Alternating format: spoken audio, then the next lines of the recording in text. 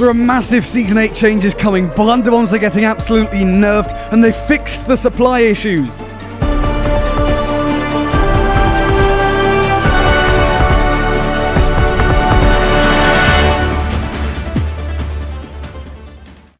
Okay then, we have a brand new Sea of Thieves news episode, and this being a 10-minute long one, it is very interesting, has a fair bit in it, but no mention of the Golden Sands pirate pool, which they actually teased on Twitter today. I'll show it on screen now. They showed this, and we can zoom in on the image. We can actually see there's a new tavern in there. Obviously, a tavern's part of it. We've got a Merrick memento, an upstairs balcony. Looking forward to that whenever it comes.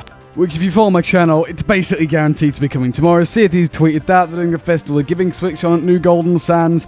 Just everything points towards it coming tomorrow. Mike Chapman even quote retweeted. See if he's tweeting that, saying it's time, eyes emoji. It's coming tomorrow. The servers are offline tomorrow. So stay tuned for videos on that, provided it does come, of course.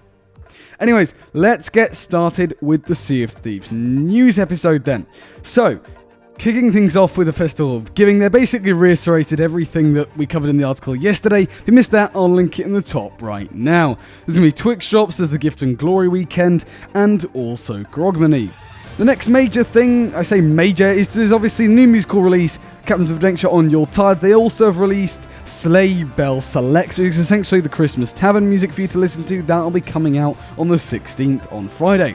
There's new merch in the Rare store, all very nice. But then there's brand new stuff in the Pirate Emporium. This set is an owl set. It looks so nice. It looks incredibly clean. I love it so much. Owlet in the Sea of Thieves community is going to be absolutely over the moon by this. Just the whole set is really nice. It's quite simple. It's not too flashy, but equally it's just really good. The weapons are also equally stunning. Really like sort of the beaded look, and just I'm not quite sure how it fits into owls. They're quite unique weapons in terms of shape actually.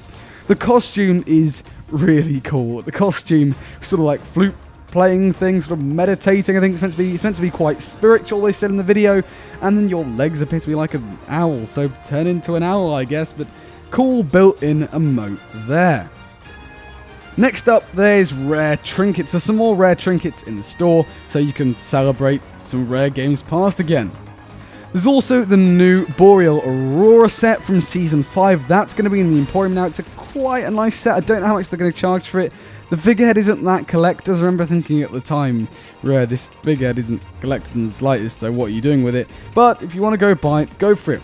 There's some brand new emotes. Pretty standard. They're Christmassy related. Yeah, they're alright, go buy them if you want, as I say.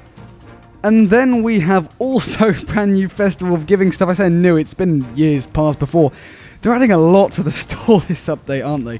Basically, it's the Bone Chill costume in the Festival of Giving outfits. You can pick them up if you want them. Just seasonal stuff for the Emporium. Then they just went over how there's going to be a sale. As I say, that was all in the Festival of Giving article. Now let's move on to all of the Season 8 stuff. Senior designer George Orton has done a brilliant piece on everything they're changing, and so I'm actually going to play it. It's long-ish, and I don't normally do this. I would cover it myself and just reiterate what he's saying, but I would be saying what he's saying word for word, and so there's no point me doing that, and so we're just going to get into what he said, and then I'll say my thoughts afterwards. Alright, let's just get straight into it then. So Season 8 has launched. We're incredibly happy with how it's launched, and we're loving watching stories of players engage in this PvP on demand. But with the amount of players we're seeing go through this flow, there are a couple of things we noticed that could be tweaked to further improve the experience for all crews of all sizes and skill levels. Players have been using Blunderbombs quite a lot as part of the PvP flow that we introduced in Season 8, but we noticed they're being used a little bit too much, so we want to kind of limit the amount that players can find, so we fixed a couple of exploits within some of the tall tales that were giving away too many Blunderbombs. We've very slightly reduced the amount of Blunderbombs that players will find around the world, and we've also slightly reduced the amount of Blunderbombs that you get in a tactical captaincy restock of your ship. And then the other direction that we approach Blunderbombs from is that they are a little bit more effective than we perhaps wanted them to be, especially now that we're seeing them used in such high numbers. So we've slightly adjusted the balance to sort of bring them more in line with their throne versions. So the area of effect of a Blunderbomb fired out of a cannon That was 10 meters, which is massive, versus the thrown version, which only has an area of effect of 5 meters. We've now addressed that, and they're both the same. So whether it's fired or thrown, it will now have an area of effect of 5 meters.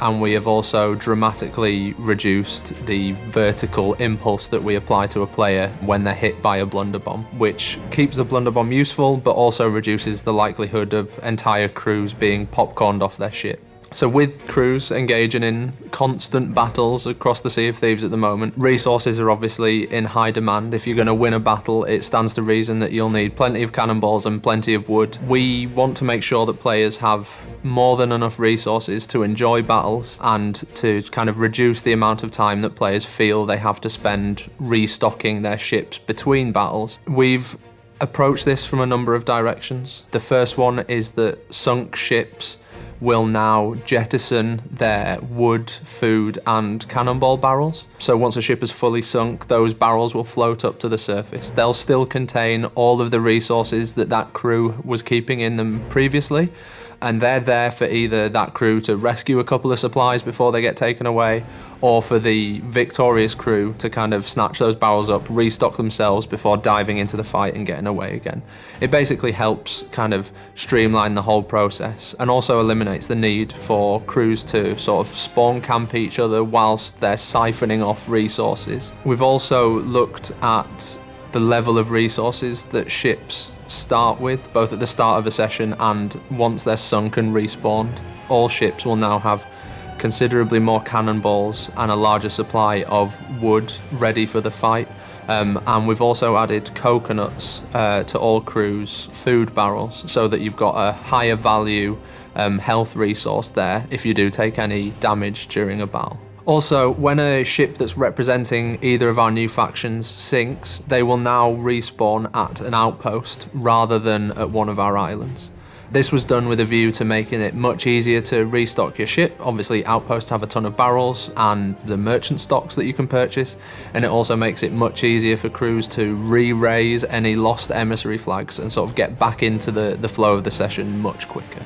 In addition, we've also seen a few players come across an exploit, or using this exploit, that you can engage in a battle whilst near areas of Red Sea and kind of lure enemy crews into an unfair trap. This is particularly prevalent around the Shores of Gold. We've now fixed the exploit with the Red Sea around the Shores of Gold, so that you won't be able to get into a battle there. No crew can invade you there. You can't invade another crew there, which means that battles will now take place in purely fair arenas. So that hole has been plugged. Stop it.